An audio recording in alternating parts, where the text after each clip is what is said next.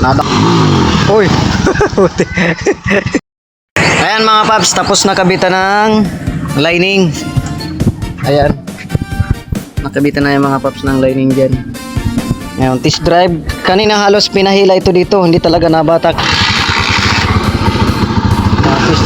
Testing ng ating mekaniko.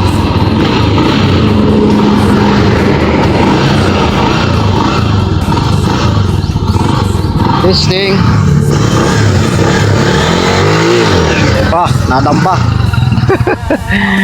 Angat ang una.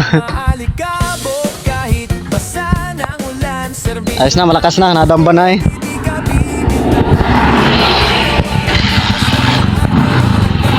Yung normal lang. Ayos na. Goods na. Ayos na mga paps. Goods na.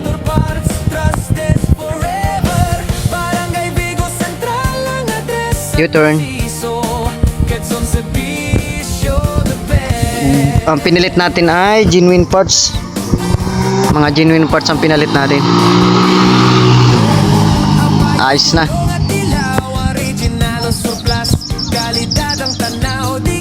Ayun, rat-rat na.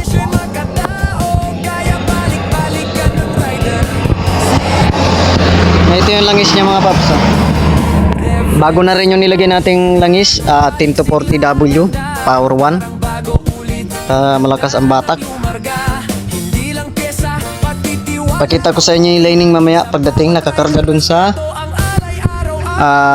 sidecar, sana hindi malaglag.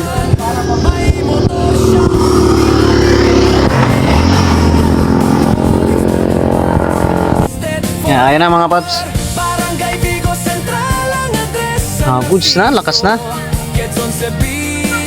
Hinila talaga yan dito mga paps, wala talagang kausad-usad. Yan, goods na. Uy. Tama na. Pagpakita lang natin na malakas na. Ayos na yun. Nandiyan pa yung lining, di nalaglag. Yan, ito yung lining niya mga paps. Yan. Ito. Yan, genuine parts tong lining natin na ipinalit. May rotation ba? Ayan mga paps, oh. Nalipad na. Nalipad na. Tingnan nyo naman, wala nang pad. Tigkabila yan, both side. Ayan. Ito yung mga kasama niya, wala na rin sa kabila. Ito buo pa. Tapos, ito rin. Ayan. Talagang sunog na. Itong dumali talaga dito. Itong tigkabila, no? Ubos lahat. Ayan mga paps. Genuine parts yan mga paps. Pinalit natin.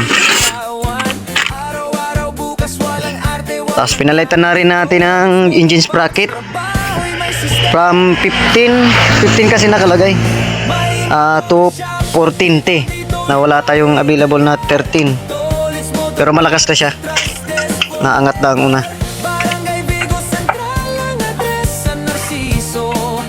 Yan.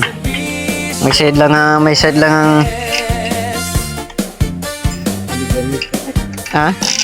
hindi na. Ayos na yan. Yan. Kukunin na to na may-ari mga paps. Uwis na.